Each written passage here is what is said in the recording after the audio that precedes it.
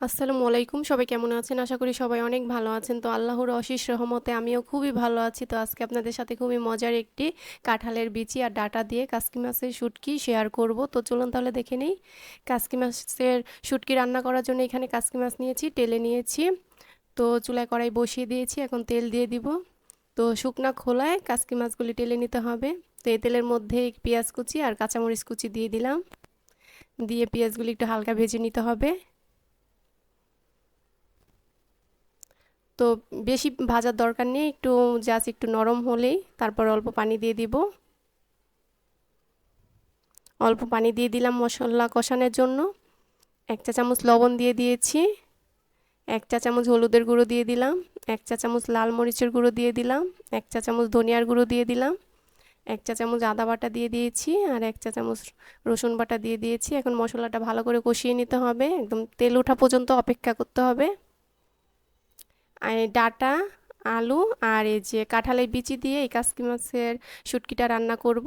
কাসকি মাছের শুটকিটা খেতেও কিন্তু খুবই ভালো লাগে এভাবে রান্না করলে।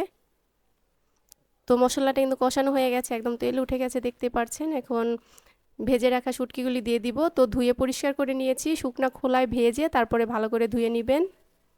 ধুয়ে কিন্তু ভাজা যায় না, তো শুকনা খোলায় একটু তাপ কমিয়ে তারপরে হালকা তাপে ভাজতে হবে, যেন পুড়ে না যায়। পুড়ে গেলে কিন্তু গন্ধ কয়, পোড়া পোড়া গন্ধ হবে। তো এই যে এখানে আমি আলু কুচি কুচি করে কেটে নিয়েছি আর কাঁঠালের বিচি আর ডাঁটা কেটে নিয়েছি।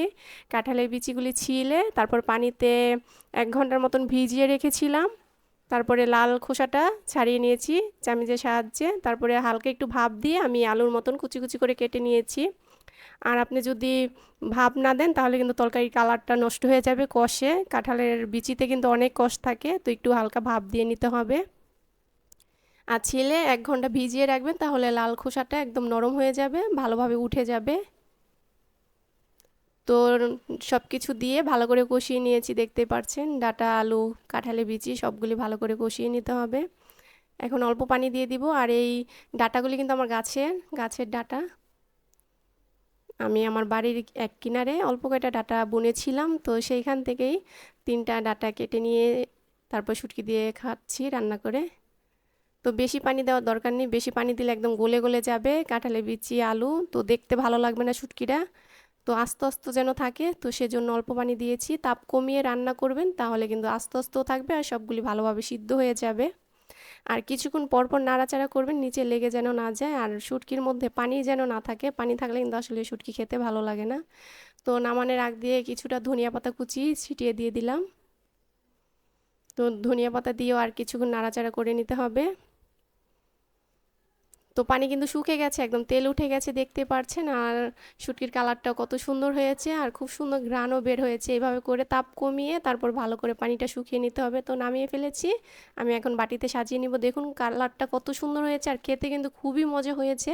তো কেমন হয়েছে, যদি ভালো লেগে থাকে তাহলে অবশ্যই লাইক করবেন, কমেন্ট করবেন, শেয়ার করবেন আর সাবস্ক্রাইব করে দিবেন। ইউটিউব থেকে যারা দেখবেন আর ফেসবুক থেকে যারা দেখবেন তারা ফলো করে দিবেন। সবাই ভালো থাকবেন। আল্লাহ হাফেজ।